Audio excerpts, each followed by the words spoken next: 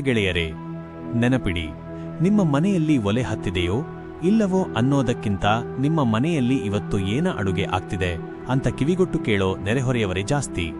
ನೀವು ಕಷ್ಟಪಟ್ಟು ಒಂದು ಹೊಸ ಗಾಡಿ ತಂದರೆ ಸಾಕು, ಅದಕ್ಕೆ ಕಂಗ್ರ್ಯಾಚುಲೇಷನ್ಸ್ ಅನ್ನೋ ಮುಖವಾಡ ಹಾಕಿಕೊಂಡು ಒಳಗೊಳಗೆ ಇವನಿಗೆ ಇಷ್ಟೊಂದು ದುಡ್ಡು ಎಲ್ಲಿಂದ ಬಂತು ಅಂತ ಹೊಟ್ಟೆ ಕಿಚ್ಚುಪಡೋ ನೆಂಟರೆ ನಿಮ್ಮ ಸುತ್ತ ತುಂಬಿದ್ದಾರೆ. ರಕ್ತ ಹಂಚಿಕೊಂಡವರೆಲ್ಲ ನಿಮ್ಮವರಲ್ಲ, ನಿಮ್ಮ ಕಣ್ಣೀರು ಒರೆಸುವವನು ಮಾತ್ರ ನಿಮ್ಮವನು.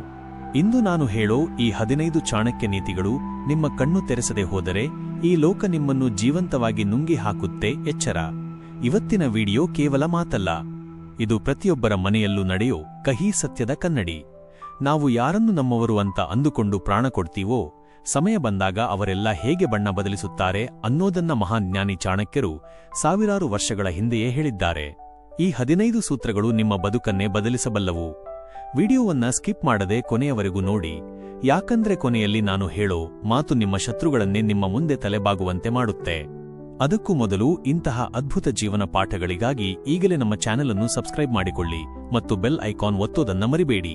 ಕಾಮೆಂಟ್ ಬಾಕ್ಸ್ನಲ್ಲಿ ಜೈ ಗುರುದೇವ್ ಅಂತ ಟೈಪ್ ಮಾಡಿ ಬನ್ನಿ. ಜೀವನದ ಅಸಲಿ ಪಾಠ ಶುರು ಮಾಡೋಣ. 1. ಮುಖದ ಮೇಲೊಂದು ಮುಗುಳುನಗೆ, ಹೊಟ್ಟೆಯಲ್ಲೊಂದು ಕತ್ತಿ. ನಮ್ಮ ಹಳ್ಳಿಯ ಕಡೆ ಒಂದು ಮಾತಿದೆ, ಹಲ್ಲು ಬಿಕ್ಕುವವನೆಲ್ಲ ಹಿತೈಷಿ ಅಲ್ಲ ಅಂತ. ಕೆಲವು ನೆಂಟರು ಎದುರಿಗೆ ಸಿಕ್ಕಾಗ ಬಹಳ ವಿನಯದಿಂದ ಮಾತಾಡುತ್ತಾರೆ. ಇವರಿಗಿಂತ ನಮ್ಮನ್ನು ಪ್ರೀತಿಸುವವರು ಯಾರೂ ಇಲ್ಲವೇನೋ ಅನ್ನೋ ಭ್ರಮೆ ನಮಗೆ ಆಗುತ್ತೆ. ಆದರೆ ನೆನಪಿರಲಿ, ಅತಿಯಾದ ನಂಬಿಕೆ ಅಪಾಯಕಾರಿ. ಇವರು ಮುಖಕ್ಕೆ ಸಕ್ಕರೆ ಸವರಿ ಮಾತಾಡುತ್ತಾರೆ, ಆದರೆ ಮನಸ್ಸಿನಲ್ಲಿ ನಿಮ್ಮ ಏಳಿಗೆ ಕಂಡು ಉರಿತಿರುತ್ತಾರೆ. ಇವರ ನಗು ಕೇವಲ ಒಂದು ಮುಖವಾಡ. 2.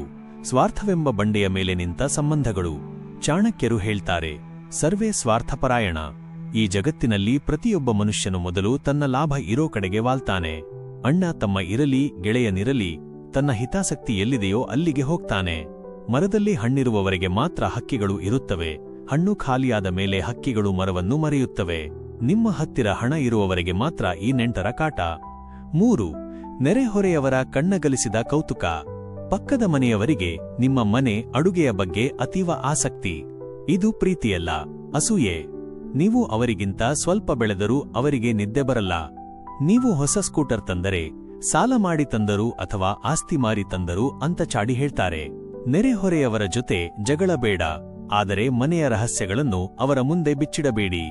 4. ರಕ್ತದ ಸಂಬಂಧಕ್ಕೂ ಅಂಟಿದ ಹಣದ ಬಣ್ಣ. ಇವತ್ತಿನ ಕಲಿಯುಗದಲ್ಲಿ ರಕ್ತದ ಸಂಬಂಧಕ್ಕಿಂತ ಹಣದ ಸಂಬಂಧವೇ ದೊಡ್ಡದು. ಆಸ್ತಿಗಾಗಿ ಕೋರ್ಟು ಹತ್ತೋ ಅಣ್ಣ ತಮ್ಮಂದಿರನ್ನು ನೋಡ್ತಿದ್ದೇವೆ.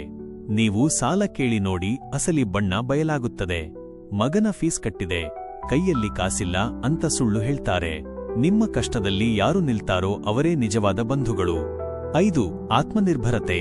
ನಿಮ್ಮ ಕಾಲ ಮೇಲೆ ನೀವು ನಿಲ್ಲಿ.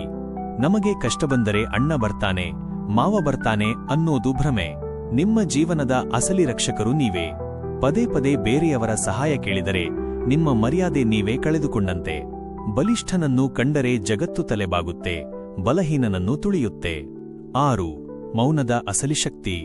ಭಾವೋದ್ವೇಗಕ್ಕೆ ಒಳಗಾಗಿ ನಿಮ್ಮ ರಹಸ್ಯಗಳನ್ನು ಎಲ್ಲರ ಮುಂದೆ ಹೇಳಬೇಡಿ. ನಿನಗೆ ಮಾತ್ರ ಹೇಳ್ತಿದ್ದೀನಿ ಅಂದ ಮಾತು ಇಡೀ ಊರಿಗೆ ಹರಡುತ್ತೆ. ನಿಮ್ಮ ದೌರ್ಬಲ್ಯ ಯಾರಿಗೂ ತಿಳಿಯಬಾರದು. ಮೌನವೇ ನಿಮ್ಮ ಅತಿದೊಡ್ಡ ಆಯುಧ. 7. ಸಮಯವೇ ಅಸಲಿ ಪರೀಕ್ಷಕ. ಬಿಸಿಲಿದ್ದಾಗ ಮಾತ್ರ ನೆರಳು ಇರುತ್ತೆ, ಕತ್ತಲಾದಾಗ ನೆರಳು ಕೂಡ ಸಾಥ್ ಕೊಡಲ್ಲ.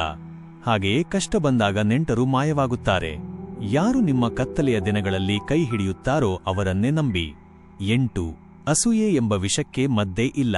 ಹಾವಿನ ವಿಷ ಇಳಿಸಬಹುದು, ಆದರೆ ಹೊಟ್ಟೆ ಉರಿಯೋರ ವಿಷ ಇಳಿಸಲು ಸಾಧ್ಯವಿಲ್ಲ. ನೀವು ಗೆದ್ದಷ್ಟು ಅವರು ಉರಿಯುತ್ತಾರೆ. ಅವರಿಗೆ ನೀವು ಕೊಡುವ ದೊಡ್ಡ ಶಿಕ್ಷೆ ಅಂದರೆ ಇನ್ನೂ ಎತ್ತರಕ್ಕೆ ಬೆಳೆಯುವುದು. 9. ಸಹಾಯ ಮಾಡುವಾಗಲೂ ಎಚ್ಚರವಿರಲಿ. ಅತಿಯಾದ ಒಳ್ಳೆಯವನಾಗಿರಬೇಡಿ. ಕಾಡಿನಲ್ಲಿ ಮೊದಲು ಕಡಿಯೋದೇ ನೇರವಾಗಿರೋ ಮರವನ್ನು. ಕೃತಜ್ಞತೆ ಇಲ್ಲದವನಿಗೆ ಸಹಾಯ ಮಾಡೋದು ಬೂದಿಯಲ್ಲಿ ತುಪ್ಪ ಸುರಿದಂತೆ. ಪಾತ್ರ ನೋಡಿ ದಾನ ಮಾಡಿ. 10. ಸಮಾಜದ ನಾಟಕಕ್ಕೆ ಬಲಿಯಾಗಬೇಡಿ. ಮದುವೆ ಮುಂಜಿಗಳಲ್ಲಿ ನೆಂಟರು ಬರೋದು ಪ್ರೀತಿಗಲ್ಲ, ನಿಮ್ಮನ್ನು ಅಳೆದು ತೂಗುವುದಕ್ಕೆ. ಅವರು ಏನೋ ಹೇಳ್ತಾರೆ ಅಂತ ಸಾಲ ಮಾಡಿ ಆಡಂಬರ ಮಾಡಬೇಡಿ. ನಿಮ್ಮ ಬಡತನವನ್ನು ಗೌರವಿಸುವವರೇ ನಿಮ್ಮವರು. 11. ಒಳಗಿನ ಶತ್ರುಗಳನ್ನು ಗುರುತಿಸಿ. ಹೊರಗಿನ ಶತ್ರುವಿಗಿಂತ ಮನೆಯ ಒಳಗಿನ ಶತ್ರು ಅಪಾಯಕಾರಿ. ವಿಭೀಷಣ ಇಲ್ಲದಿದ್ದರೆ ರಾವಣನನ್ನು ಸೋಲಿಸಲು ಸಾಧ್ಯವಿರಲಿಲ್ಲ. ನಿಮ್ಮ ಗುಟ್ಟನ್ನು ಶತ್ರುಗಳಿಗೆ ದಾಟಿಸುವವರ ಬಗ್ಗೆ ಎಚ್ಚರವಾಗಿರಿ.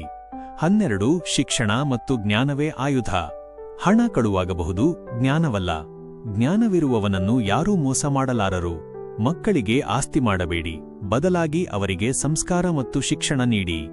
13 ಪರಿಸ್ಥಿತಿಗೆ ತಕ್ಕಂತೆ ವರ್ತಿಸಿ. ಹಾವಿಗೆ ವಿಷವಿಲ್ಲದಿದ್ದರೂ ಅದು ಬುಸುಗುಟ್ಟುವುದನ್ನು ಬಿಡಬಾರದು. ನೀವು ಸಾಧು ಪ್ರಾಣಿಯಾದರೆ ಲೋಕ ನಿಮ್ಮನ್ನು ಬಳಸಿಕೊಳ್ಳುತ್ತೆ. ಸಮಯ ಬಂದಾಗ ಗಟ್ಟಿಯಾಗಿ ನಿಲ್ಲುವುದನ್ನು ಕಲಿಯಿರಿ. 14 ಭವಿಷ್ಯದ ಬಗ್ಗೆ ಮುನ್ನೆಚ್ಚರಿಕೆ ಇರಲಿ. ಸೋಮಾರಿಗಳ ತರ ಇರಬೇಡಿ. ಕಷ್ಟದ ಕಾಲಕ್ಕಾಗಿ ಉಳಿತಾಯ ಮಾಡಿ. ಹಣವಿದ್ದರೆ ಮಾತ್ರ ಲೋಕ ಮರ್ಯಾದೆ ಕೊಡುತ್ತೆ. ನಿಮ್ಮ ಆರ್ಥಿಕ ಭದ್ರತೆಯೇ ನಿಮ್ಮ ನೆಮ್ಮದಿಯ ಅಡಿಪಾಯ. 15 ನೀವು ಗಟ್ಟಿಯಾಗಿರಿ. ನಾವು ಬಂದಾಗಲೂ ಒಬ್ಬರೇ, ಹೋಗುವಾಗಲೂ ಒಬ್ಬರೇ. ಈ ಮಧ್ಯೆ ಬರೋವರೆಲ್ಲ ರೈಲು ಪ್ರಯಾಣಿಕರಂತೆ. ನಿಮ್ಮ ಬದುಕಿನ ಸ್ಟೀರಿಂಗ್ ನಿಮ್ಮ ಕೈಯಲ್ಲೇ ಇರಲಿ. ಚಾಣಕ್ಯನಂತೆ ಬುದ್ಧಿವಂತರಾಗಿ ಬದುಕಿ. ಗೆಳೆಯರೇ, ಈ 15 ಚಾಣಕ್ಯ ನೀತಿಗಳು ಕೇವಲ ಮಾತುಗಳಲ್ಲ, ಇವು ನಿಮ್ಮ ಬದುಕಿನ ದಾರಿದೀಪಗಳು. ಪ್ರೀತಿಯ ಹೆಸರಿನಲ್ಲಿ ಅಥವಾ ಸಂಬಂಧದ ಹೆಸರಿನಲ್ಲಿ ಮೋಸ ಹೋಗಬೇಡಿ. ಅತಿಯಾಗಿ ನಂಬಿ ಆತ್ಮಗೌರವ ಕಳೆದುಕೊಳ್ಳಬೇಡಿ. ಯಾವಾಗ ನೀವು ಯಾರಿಗೂ ಹೆದರದೆ, ಯಾರ ಹಂಗೂ ಇಲ್ಲದೆ ಸ್ವತಂತ್ರವಾಗಿ ಬದುಕುತ್ತೀರೋ, ಆಗ ಈ ನಂಟರೇ ನಿಮ್ಮ ಹಿಂದೆ ಬರುತ್ತಾರೆ. ಈ ಸೂತ್ರಗಳನ್ನು ನಿಮ್ಮ ಜೀವನದಲ್ಲಿ ಅಳವಡಿಸಿಕೊಳ್ಳಿ, ನಿಮ್ಮ ಬದುಕು ಬಂಗಾರವಾಗುತ್ತೆ. ಈ ವಿಡಿಯೋ ನಿಮಗೆ ಸ್ವಲ್ಪನಾದರೂ ಧೈರ್ಯ ಕೊಟ್ಟಿದ್ದರೆ ದಯವಿಟ್ಟು ಲೈಕ್ ಮಾಡಿ ಮತ್ತು ನಿಮ್ಮ ಆತ್ಮೀಯರೊಂದಿಗೆ ಶೇರ್ ಮಾಡಿ. ಮತ್ತೆ ಸಿಗೋಣ ಮತ್ತೊಂದು ಅದ್ಭುತ ವಿಡಿಯೋದೊಂದಿಗೆ. ಅಲ್ಲಿಯವರೆಗೂ ನಮಸ್ಕಾರ. ಜೈ ಗುರುದೇವ್.